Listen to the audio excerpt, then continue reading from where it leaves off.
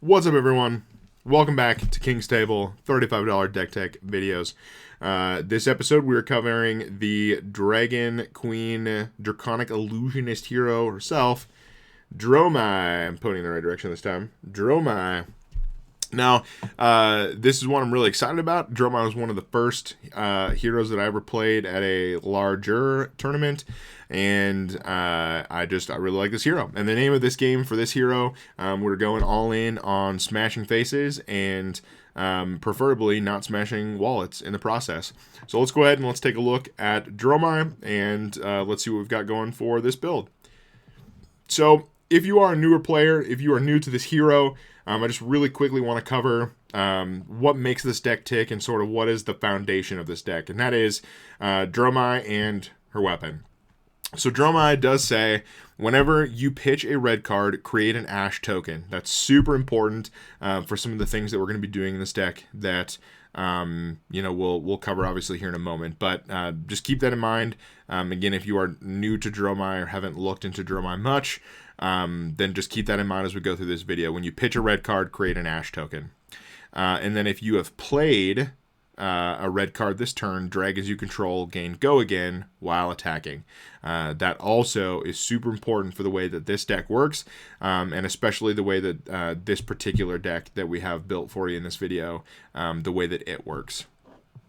And then the weapon, it is a Draconic Illusionist weapon, a scepter. I hope to see more scepters in this game. It's kind of a cool premise, but it does say dragon allies you control have once per turn action for cost 0 attack. So the whole point of this deck is going to be getting dragons out on your board, making sure that you play a red card to enable all of your dragons that are out to have go again while they attack, and to also be pitching reds as much as you can, which is almost all of this deck. If you can see, we have 4 blues and 36 reds. And so the whole name of this game is pitching reds to create Ash and creating cool dragons out of them. So let's go over the equipment. I'll go over what I consider to be sort of the two essential pieces. We're running as the chess piece the Sash of Sandakai. At instant speed, you can destroy it to gain a resource, and you can activate it only if you've played a red card this turn. That is just an excellent way. There's some other, certainly there's cards like Spring Tunic that are generating resources, but this would not be a budget deck if I said include a Spring Tunic. So this is especially effective in this deck because you can do it at instant speed, and you're going to be playing a bunch of red cards anyway, so meeting that condition is not a hard thing to do. And just a fun side note with Sash of Sandakai and our arm piece as well, this deck is like very much in the affordable category, that for some of this equipment, like the Sash and the Silken form, you can get in fancier foiling options for just a couple of bucks. It's not going to break the budget, but you're still going to get some really pretty cards in exchange. The cold foil Sash of Sandakai is really fantastic, and I really like the rainbow foil Silken form. So just a fun little tidbit. But anyway, for the arm piece, we're running the Silken form, as I said. At instant speed, you can destroy the Silken form and transform a target Ash you control into an Aether Ashwing. An Aether Ashwing is a dragon with Arcane Barrier 1, and it has 1 health and has 1 attack as well.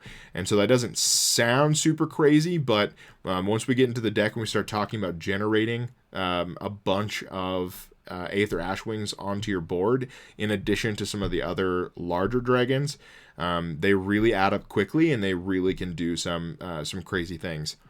And so then we'll sort of go into what would be the two other pieces, the head and the leg piece, that I'd probably run most often in this deck, depending on matchup. I've got Helios Mitre in here. The reason that this is in here is that I really enjoy, in my, more expensive or whatever Dromai deck, I really enjoy running the Crown of Dominion, because it gives you the gold token, which you can then pay to draw a card.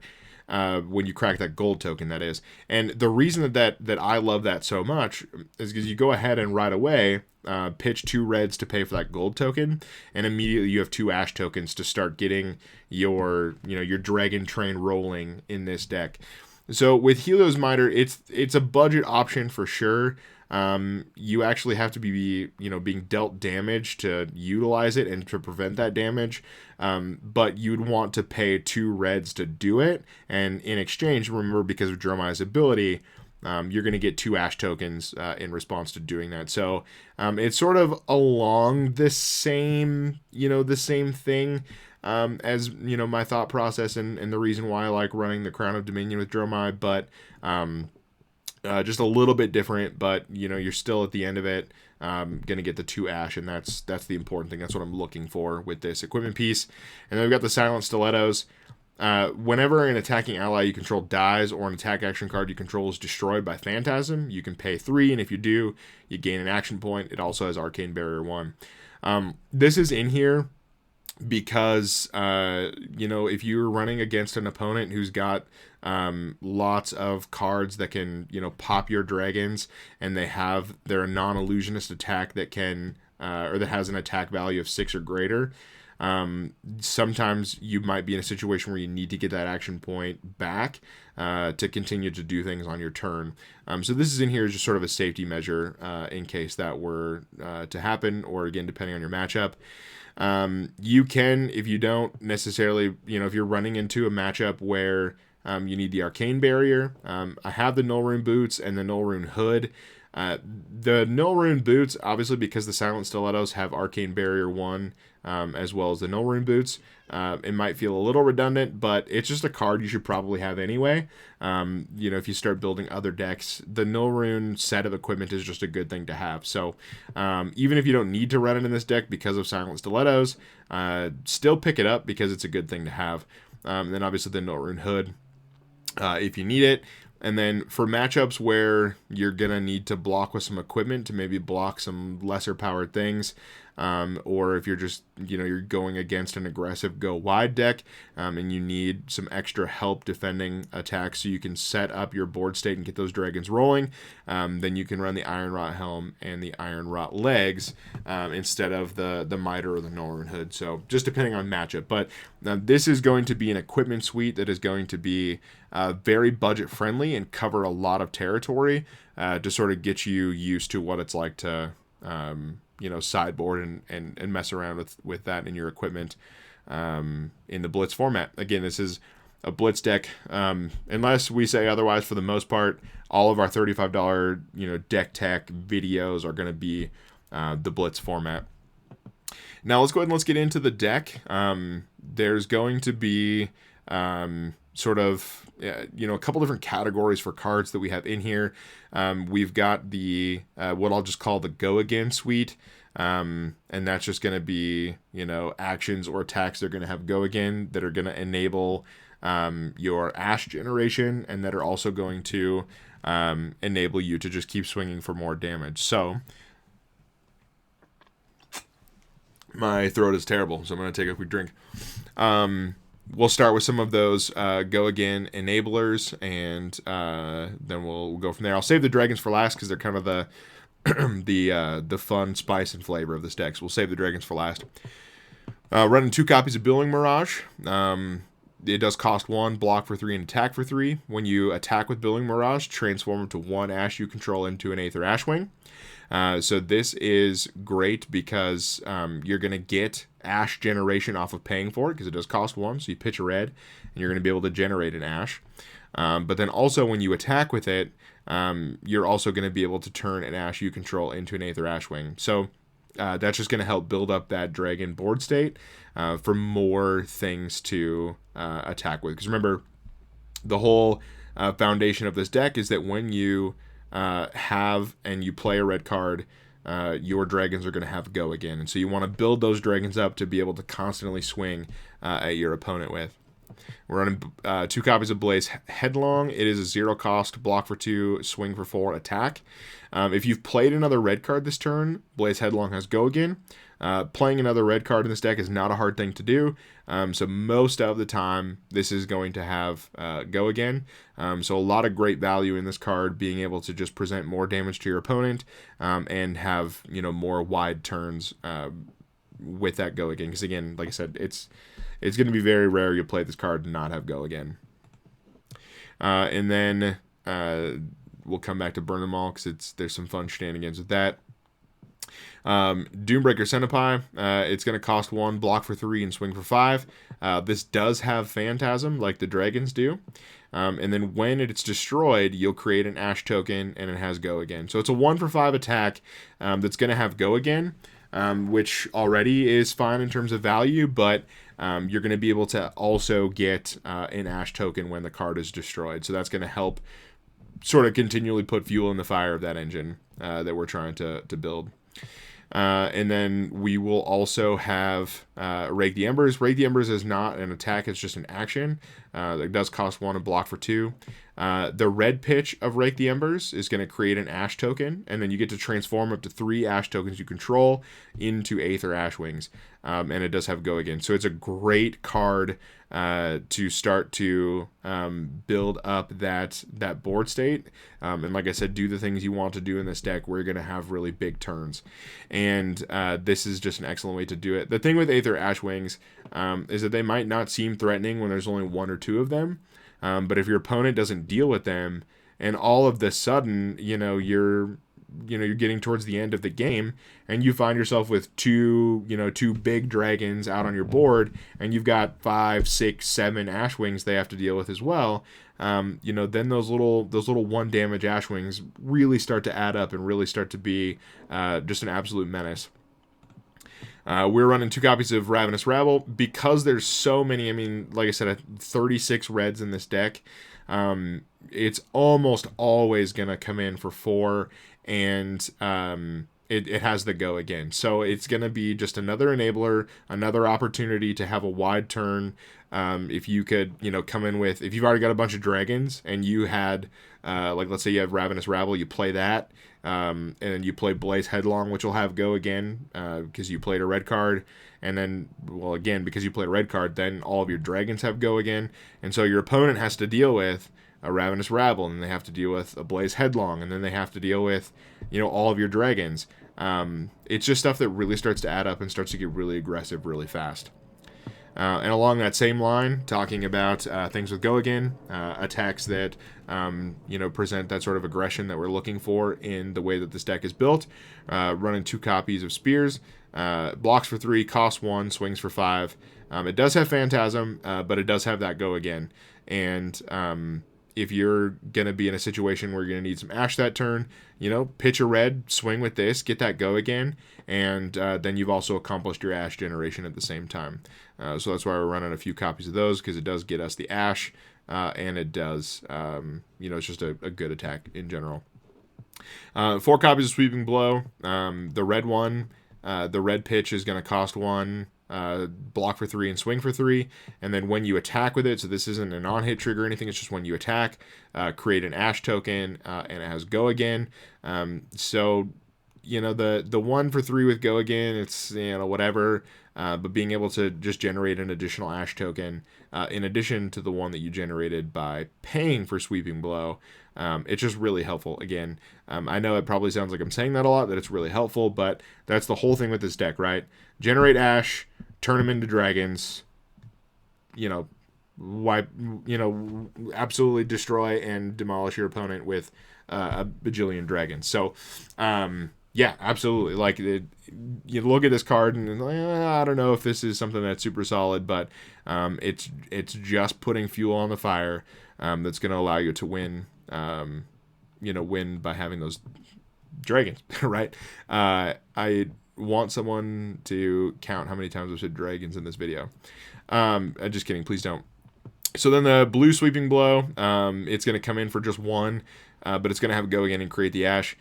This one obviously is a little feels bad if you get stuck playing this, but then your opponent has to, do they block the 1? Do they just take the 1?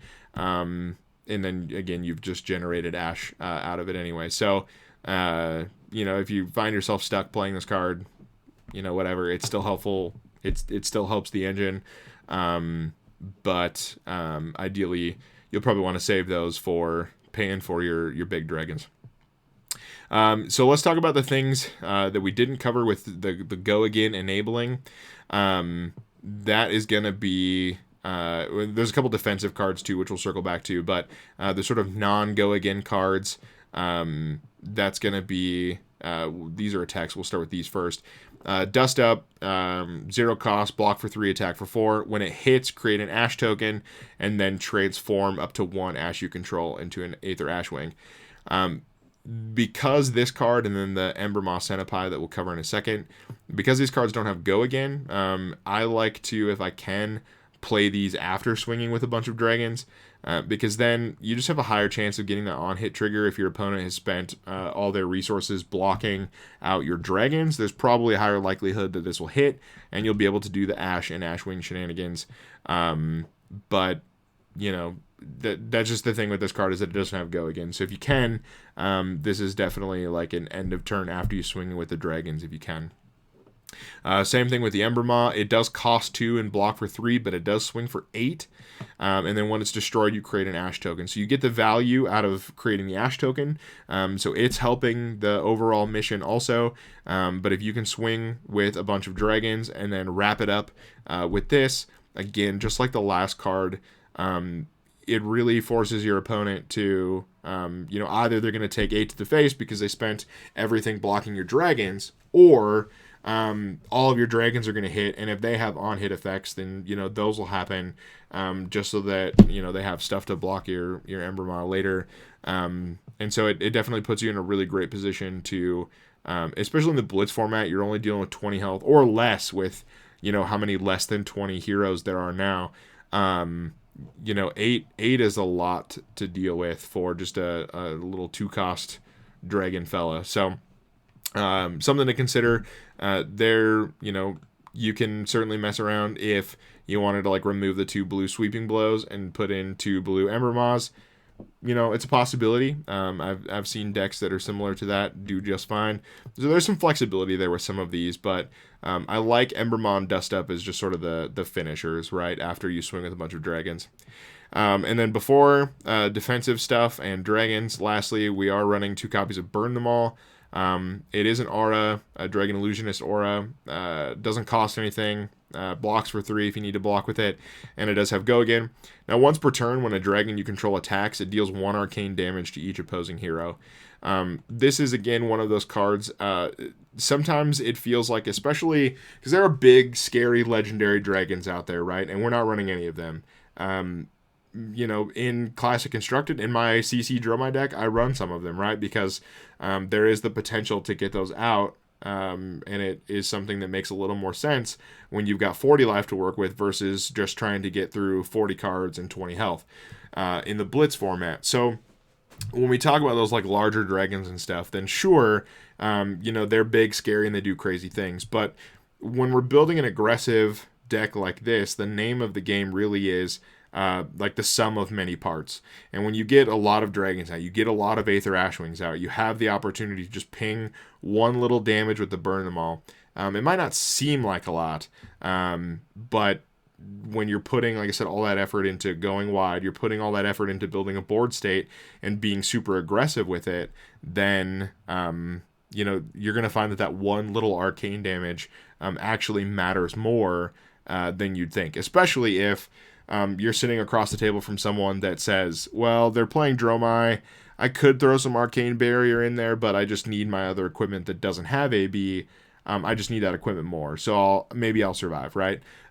Which has certainly happened to me. I've been on the receiving end of that, playing against people using a deck like this, or using Burn Them All and some of the dragons that do arcane damage. If you're not ready for it, that 1 damage can mean a lot more than you would think. So running 2 copies of those, and the budget allows for it. So let's throw in some of the fun stuff. And then as far as, defensive stuff, we're running 2 copies of Oasis Respite. It's going to go ahead and prevent 4 damage and, potentially gain that life if you've got less.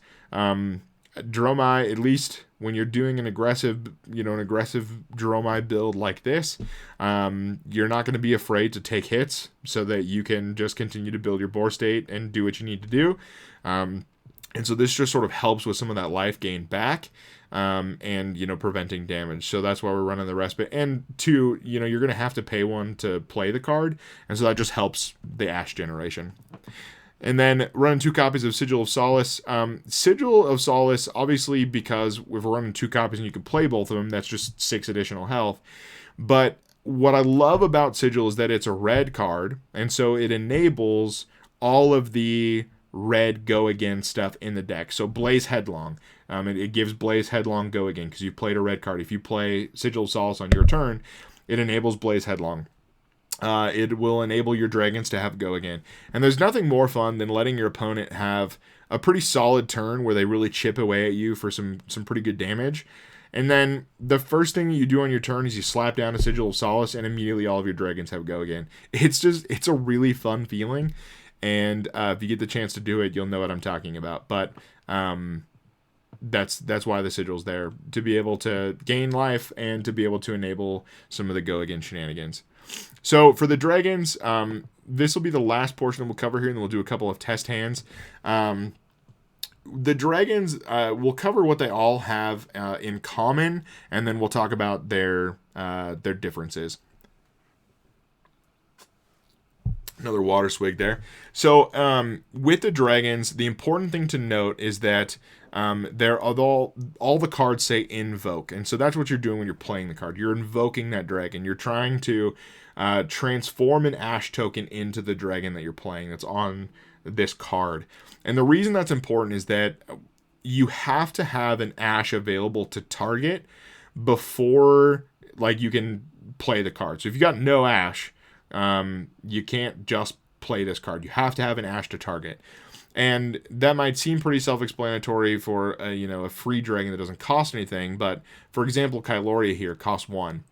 If you pitch a red card to pay for Kyloria, the Ash that generates can't be used as the Ash that transforms into this dragon. You have to have an existing Ash on the board to target for that to work. So just a point of clarification, so that like I said, if you're new to this deck, that's a really important thing to know. And then all of the invoke cards have go again. So playing the invoke, that card has go again. Now, all of the dragons that are in this deck, they will all block for 3. They're invoke cards. So if you need to block with 1, great. They all block for 3, and they're all reds, which is important to note as well. When you play a dragon, when you play the invoke card, it's a red card, so it enables dragons to have go again and all the other things that use that that play a red card for go again feature. So let's cover their differences, right? Invoke Asvalai. He's going to have 3 life, and he's going to swing for 2. Now, whenever Asvalai attacks, you may have him deal 1 arcane damage to up to any 2 targets. Now, this Asvalai is great because, again, the trigger is when it attacks, not when it hits. So it's just another opportunity to continue to whittle your opponent's life down if they did not come prepared with any arcane barrier. Or if they did, then they are just devoting cards to paying for their arcane barrier, and that's fewer cards they're going to have to block on your big dragon swinging turns. So we're running 1 copy of Invoke Dromai. Invoke Dromai does cost 0. 2 health and 3 attack. Once per turn, when Dromai attacks or leaves the arena, gain 1 action point. In the Blitz format and in running this aggressive deck, this is certainly a helpful thing, but I've never quite found that having 2 Dromais is helpful enough. I'd rather run some other dragons and some other cards, so we're just running 1 copy of it. But it is important if you find yourself, your opponent does something to mess up, your continuous go again, or they do something to, sort of mess with your plan. Dromai can sort of mess with them back and get you your action point back, depending on what happens though. So at least 1 copy of Dromai, because that is something that can be helpful in a game to gain that action point. 2 copies of Invoke Kyloria. Kyloria does cost 1. and it does have 2 health and 4 attack. When Kyloria hits, gain control of an item that hero controls. If you don't gain control of an item, draw a card. So sometimes you're going to be able to pull some really fun stuff. Maybe you get, a gold token or a copper or silver, or an energy potion, which I've done before, and it's a lot of fun. But worst case scenario, if Kyloria hits, then you'll be able to draw a card, and who knows, maybe it's something that's going to give you more going in. Maybe you pull a Blaze Headlong or something like that, and you're just going to keep swinging, keep the damage train running, with that card draw. So Kyloria is super helpful, definitely one of my favorite dragons in Dromai builds. Invoke Miragai. This is going to cost 1, 4 health, and swing for 2. Your first dragon attack each turn loses and can't gain Phantasm. Very similar to Dromai. It is a really helpful thing to have. Most of the time I feel like running 2 copies of it can feel redundant and unnecessary. But with all these dragons, feel free to experiment. Feel free to see what dragons work best for you, and sort of mess around with the dragon count, and determine what your favorite dragons are and how that shakes out to something that is really enjoyable for you. But that is a really helpful thing. You'll definitely want to attack with your big scary dragons first. If you're playing an opponent who can pretty easily trigger the Phantasm keyword, you'll want to swing with a nice dragon to remove that Phantasm, so it's a little bit harder for your opponent to deal with than just simply throwing down a card to pop the dragon. Necria and Yenderai. I'll cover those 2, and then I'll save my favorite dragon for last. These ones are definitely in the category of experiment and cut if you need to. I like them. I think they're awesome dragons. It just is, they're just, extra flavor. Like, it's something that you can sort of remove or keep depending on what you prefer in the deck. But they are fun dragons, and they can do some pretty nasty and fun things. So with Necria, cost 3, 7 health and 4 attack, pretty beefy dragon. The ability says whenever Necria deals or is dealt damage, put a -1 health counter on her and create an Ash token. So it's really helpful with Necria to sort of add to the Ash generation engine in this deck. Because the deck has quite a few ways to do that already. That's why sometimes I feel like a 3-cost dragon in a really aggressive Dromai Blitz deck might not be necessary. So you could even experiment with maybe cutting 1 copy of this and throwing in a legendary dragon, or throwing in one of the Miragai or the Dromai. Play around with it a little bit, but Necria is in there because it just helps with the Ash generation. And then Yenderai costs 1, 3 health, 3 attack, but it does say it enters the arena with an endurance counter, and if it would be dealt damage, remove the endurance counter and prevent 3 of that damage. So Yenderai, though it has 3 health printed, it can actually be a little bit tankier than you would think because of that ability. And it sometimes, depending on how much damage the opponent is dealing to Yenderai, it can make it so they actually have to deal with Yenderai twice, which is great because it's swinging in for 3, which is a very reasonable amount for a dragon. So that's why I keep it in there. In my head, I think maybe you could cut Yenderai, but if I actually went back and watched every game I've ever played with Dromai, I would imagine that I'm probably playing Yenderai more than I think. But it's a solid dragon, so it's definitely not a bad one to have in there.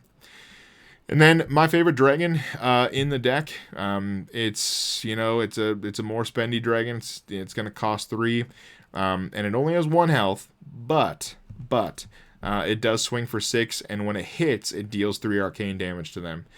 So depending on how you order things, if again, building that board state, getting those dragons out. If you've presented a really awesome opportunity for you to swing with a bunch of dragons, your opponent has to deal with those dragons and then just take whatever Vincerikai has for them, or they have to take all of the other dragons that are swinging at them and decide how they're going to deal with Vincerikai. So I really like this dragon. I really like what it forces your opponent to decide on and think through. So that's why I run 2 copies of it. But I also understand, again, a dragon that's 3 cost in a blitz deck where you're trying to be fast and aggressive and go really wide. I could certainly see, though it pains me to say, how you could probably run 1 copy of Vinserikai to make room for something else. But I just really like the dragon, so I have 2 in there. Again, feel free to experiment. Feel free to mix it up and change it up. And before we go into our test hands really quickly, just look at pricing with you. So based on the February estimate for the cheapest printing of every card, it does come in around $20. Now, depending on where you buy singles from, min-max, FAB TCG cards, TCG player, whatever that looks like, it might be more than that, depending on some of these cards. You might not actually get as cheap as what it says here, but if you have any friends or anyone at your LGS that's ever drafted Uprising like once, then most of the cards they probably have just sitting in a bulk box at home. So don't be afraid to ask around for these kinds of cards, because a lot of them are just bulk stuff from Uprising. So that'll give you the opportunity at $20 or potentially less, depending on what you're able to get from other people around you. That's going to make way for some shiny versions. Maybe you go ahead and you splurge on a cold foil Sash of Sandakai or something, right? Make your deck a little pretty and treat yourself without, absolutely just demolishing the bank account. So that's the pricing on Dromai. Like we said, we like to keep it $35 or under. Dromai can do a lot of really silly things for not a lot of money. And I think that's what makes, to me, when I talk with new players, if they're even remotely interested in sort of the illusionist style of gameplay or the Dromai style of gameplay, then absolutely I want to point them in this direction, because it's so affordable to do a lot of really fun, crazy things. So let's take a look at a couple sample hands, what I would do if I was playing these hands. Obviously, this isn't perfect. We're not playing against an opponent. We're not in a situation where they can respond or, that sort of thing. This is just to give you some ideas. If you have these cards in your hand, what could you do with them, right?